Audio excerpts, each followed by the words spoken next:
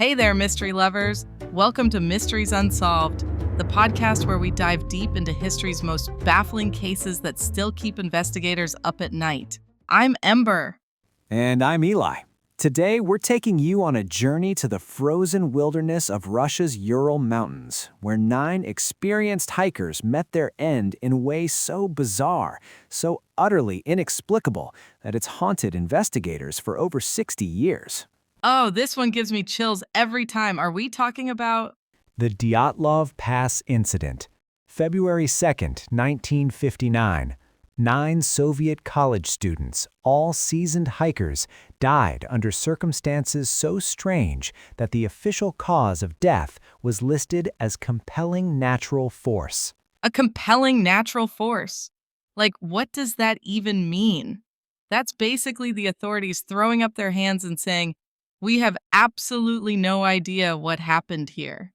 Exactly. So let me paint you a picture, Ember. Picture this. A group of friends, all university students from the Ural Polytechnical Institute. They're on a ski hiking expedition to Otorten Mountain. The group is led by Igor Dyatlov, a 23-year-old engineering student. Right. And these weren't amateur hikers, were they? Not at all. These were experienced outdoor enthusiasts. They had proper equipment, they knew the terrain, and they were well prepared for harsh conditions. Everything starts normally. They depart on January 27th, and for the first few days, everything goes according to plan. Mm-hmm. And they were documenting their trip, right? Taking photos and keeping a journal. Yes, and that's what makes this case so haunting. We have their photos, their diary entries, right up until they don't. The last diary entry was made on January 31st. The last photographs were taken on February 1st, showing the group setting up camp on the slope of what's now called Dyatlov Pass.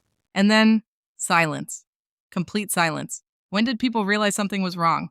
They were supposed to return by February 12th. When they didn't show up, search parties were organized. And Ember, what they found when they reached that campsite, it defies all logic, all reason, all human understanding. Okay, now you're building the suspense and I'm getting goosebumps. What did they find? Their tent had been cut open from the inside, not from outside, from inside, as if they had desperately, frantically slashed their way out of their own shelter into the freezing night air. The temperature that night was around minus 25 to minus 30 degrees Celsius. Oh my God. So they cut themselves out of their tent into that brutal cold? Why would experienced hikers do that? That's the question that's haunted investigators for decades. But it gets worse. Their footprints leading away from the tent showed they were either barefoot or in socks. Some had only one shoe. They left behind their boots, their warm clothing, their survival gear. They fled into a deadly blizzard practically naked. What could possibly make someone do that? What were they running from? The footprint analysis showed they walked in a single file toward a nearby forest about 1.5 miles away. The prints indicated they were walking, not running, which is somehow even more eerie. Whatever made them leave, they weren't panicking. They were determined. That's so unsettling, like they were in some kind of trance or compelled. What did the search teams find when they followed those footprints? At the edge of the forest, they found the remains of a small fire and the bodies of 2 team members, Yuri Krivonishenchenko and Yuri Doroshenko. They had died of hypothermia, but here's the strange part. They had climbed a large cedar tree and broken off branches, some as high as 15 feet up. 15 feet up? Why would dying people climb that high in a tree? As if they were trying to see something, or hide from something. Between the cedar tree and the tent, searchers found 3 more bodies: Igor Dyatlov, Zina Kolmogorova, and Rustam Slobodin. They appeared to have been trying to return to the tent when they succumbed to the cold. So 5 bodies found, but there were 9 hikers. What about the other 4? The remaining 4 weren't found until May, when the snow melted. And Ember, their condition was far more disturbing.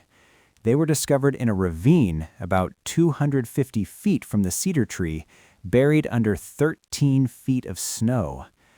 Their injuries were extensive. Extensive.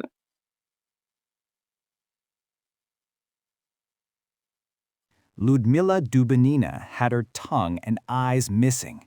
Alexander Kolovatov was missing his eyebrows and eye tissue. Nikolai Thibault Brignol had major skull damage. And here's what's truly chilling. The medical examiner said their injuries were consistent with an extremely high level of force, comparable to a car crash. But there was no external trauma, no cuts or bruises that would explain those internal injuries? Exactly. It was as if they'd been crushed from the inside out by some immense, invisible force. And some of the clothing showed traces of radioactivity, though that detail has been disputed over the years. Radioactivity? Okay, now we're entering full-on sci-fi territory. What theories have people come up with to explain all this madness? Oh, the theories range from the scientific to the supernatural to the conspiratorial. Some say it was an avalanche, but the slope wasn't steep enough and the tent showed no signs of being buried. Others suggest military testing, secret weapons, perhaps even nuclear experiments. Mm-hmm. And what about the more out-there theories? UFOs, naturally. Yeti attacks. Some kind of unknown atmospheric phenomenon that created infrasound, low-frequency sound waves that can cause panic and disorientation in humans. But none of these explain everything. None of them account for all the bizarre details. That's what makes it such a perfect unsolved mystery, isn't it? Every theory explains some of the evidence but leaves gaping holes elsewhere. It's like the universe decided to create the ultimate puzzle with pieces that don't quite fit together. And the Russian government didn't help matters by classifying the files for decades and giving contradictory statements. Even now, over 60 years later, we're no closer to understanding what really happened on that frozen mountainside. Which brings us to the end of another spine-tingling episode of Mysteries Unsolved. 9 young lives lost to something we may never understand, leaving behind only questions, theories, and that haunting final photograph of them setting up their tent, smiling and unaware of what awaited them in the darkness. You know what really gets to me about this case, Eli? It's not just the physical evidence, it's the psychological aspect. Think about it. These were experienced hikers who knew the mountains, who understood survival. Yet something made them abandon everything they knew about staying alive in brutal conditions. The Dyatlov Pass Incident remains one of history's most confounding mysteries, a reminder that there are still things in this world that defy explanation, still shadows in our understanding of what's possible. Absolutely. And here's what's even more unsettling. There are actually other cases of similar unexplained deaths in remote locations. The phenomenon has been dubbed unknown compelling force incidents. In 1993, 6 people died under mysterious circumstances in the Kola Peninsula. In 2008, there was the case of the 5 missing tourists in the Altai Mountains who were found months later with inexplicable injuries. Thank you so much for joining us today, mystery lovers. If you have theories about the Dyatlov Pass incident or suggestions for future cases, drop us a line. Until next time, keep questioning, keep wondering, and remember, some mysteries are meant to haunt us. Wait, so this isn't an isolated incident?